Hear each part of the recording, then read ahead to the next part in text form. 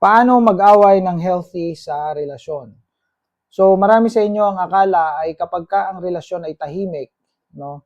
O ang relasyon ay walang awayan o walang pagtatalo ay healthy. Ito ay myth. Okay? So, maling pagkakaintindi ito. It's wrong. So, a healthy or great relationship is a peaceful one? Hindi. Hindi yun ganun. Okay? So, ang pag-aaway o pagtatalo sa relasyon ay talagang nangyayari yan. At yan ay pwedeng maging healthy at pwedeng maging unhealthy. Depende ito kung paano nyo ginawa. Kung paano nyo ginagawa. And here, in this content, I will teach you how to do it correctly. Okay? Kasi, if arguing is done in accordance with some very simple rules of engagement, no, it can actually help the quality and longevity of the relationship in a number of ways. So, ibig sabihin, ayusin lang natin at ito'y makatutulong sa inyong relationship kung paano kayo mag-argue.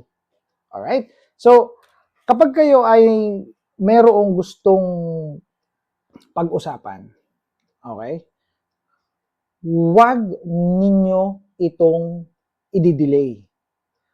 Huwag ninyo itong ipapabukas.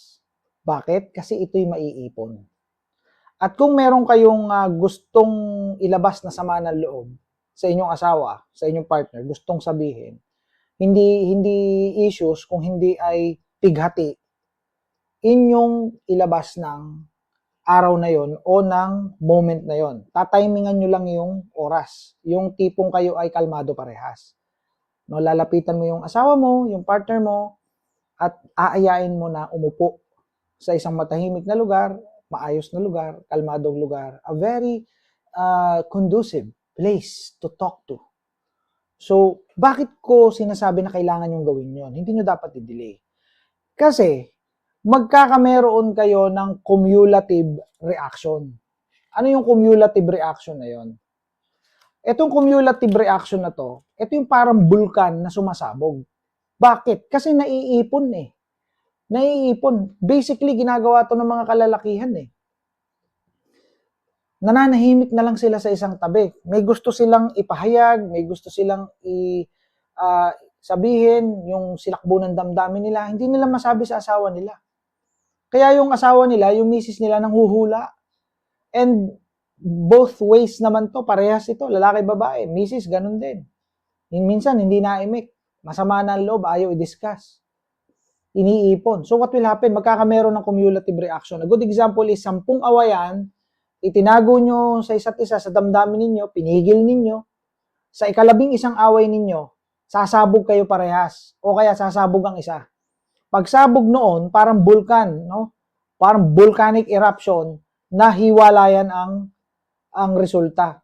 Kaya nga meron kayo mababalitaan na mag-asawa na biglang naghiwalay, ay tahimik naman na relationship. Yung kapitbahay nyo sa kabilang bahay o sa kabilang apartment ay walang awayan.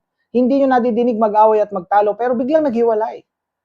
It's because kanilang kinimkim, kanilang pinisil, no, kanilang sinakal yung kanilang sarili para hindi mailabas itong mga ito.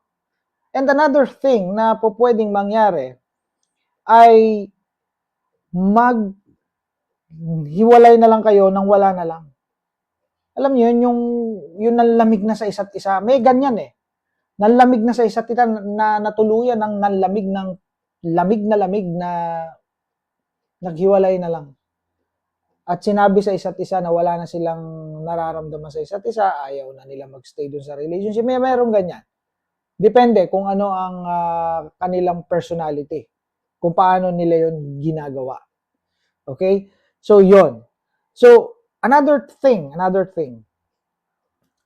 Pag kayo ay mag-aaway o magtatalo, kailangan may emotional closure. Okay, tandaan niyo yan, emotional closure. Yung emotional closure na yan, every now and then na mag-aaway kayo, mag-argue kayo, no? Kung hindi nyo man masolusyonan yan, at least na ilabas ninyo, no? Kailangan yung inyong isip, yung inyong puso ay balanse pagkatapos nyo mag-away. Ito yung awayan na may yakapan, may unawaan, may tapikan sa balikat, may himasan, no? at minsan ay nagse-sex pa pagkatapos. Alam nyo ba na masarap mag-sex pagkatapos ng arguments? Ito ay dahil mataas ang adrenaline ninyo sa isa't isa. No? I mean, mataas ang adrenaline ng katawan ninyo. Nandun kayo sa adrenaline rush. Yung mga hormones nyo naglalagablab. Kaya ang sarap magdigmaan sa kama after that. And pag kayo ay magdidigmaan sa kama, kailangan pareha si Mr. at si Mrs. muna ay maghuhugas. Alright? Para masarap ang inyong sex. Alright? So maghugas muna kayo. Ito panlalaki, ito pambabae. So hindi lang babae ang nagpe-feminine wash. Lalaki din ay nagma-masculine wash. So ito'y para sa lalaki, ito naman ay para sa babae. Ito ay organic, FDA approved. At talaga namang magbibigay ito ng magandang amoy. Hindi yung amoy na may perfume ang datingan or scented, yung swabe lang. No? Yung amoy vag lang, amoy pen lang, na swabe ang amoy. Okay, so yun yung sinasabi natin, emotional closure. Maglalagay ako ng link sa Yellow Basket dyan para ma-check out yan if you are interested in that panghugas. Alright, so another one, no? So, pagka kayo ay magi-emotional closure, no? Emotional closure. Meron niyang rule, no? Yung away nyo na yon na inyong in-emotional closure, tawag ko dyan, in-emotional closure, kinulose nyo na, from the word itself, emotional closure, in-emotional nyo na, hindi nyo na dapat ungkatin yan sa mga susunod na away, sa susunod na arguments. Ito girls, mga kababaihan, hear me. Ito, ginagawa nyo to. No? Wag. Hindi yan makakatulong sa relationship ninyo. Yung huhugutin ninyo yung 3 taon na nakalilipas na awayan, ipapaltok nyo sa mukha ng asawa nyo, ng mister ninyo, ilalabas ninyo, bang! Sabog. O, edi away kayo ng malupitan. Diba? Kaya nagagalit sa inyo si mister ng husto Kaya natutuluyan na na magkandaloko-loko relationship nyo. Hinuhugot ninyo Pag may emotional closure, wala nang hugutan.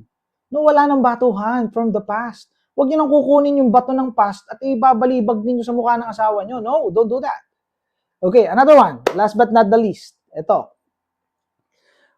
Pag kayo'y makikipag-away, makikipag-argue sa asawa nyo, kung maliit yung problema, no? Kung makikipag-away kayo sa partner nyo, kung maliit ang problema, kaganari lang naman ang inyong pinag-didiskusyonan, no? Kailangan hindi kayo overreacting. Okay? Ang good example nito is, para kang nakagat ng lamok, tapos kumuha ka ng shotgun, binaril mo ng shotgun yung lamok. No? So, yun yung overreaction na sinasabi ko. So, 'di ba? O kaya, hindi lang nakapagluto yung misis mo, o kaya ay hindi lang nagawa ng mister mo, yung pinagagawa mo na maliit na bagay, no? Kasi meron siyang importanteng ginawa, nagwala ka na. So, napakadaming mga maliliit na bagay na pinalaki nyo. So, kung ikaw ay kinagat ng lamok, huwag mong gamitan ng shotgun. No? Humanap ka ng simpleng paraan na sigurado makakapatay dun sa lamok. Kasi kung makakapagsalita lang yung lamok, kasabihin ng lamok, OA, shotgun yarn, di ba? So see you in my next content. I hope it helps. Bye for now.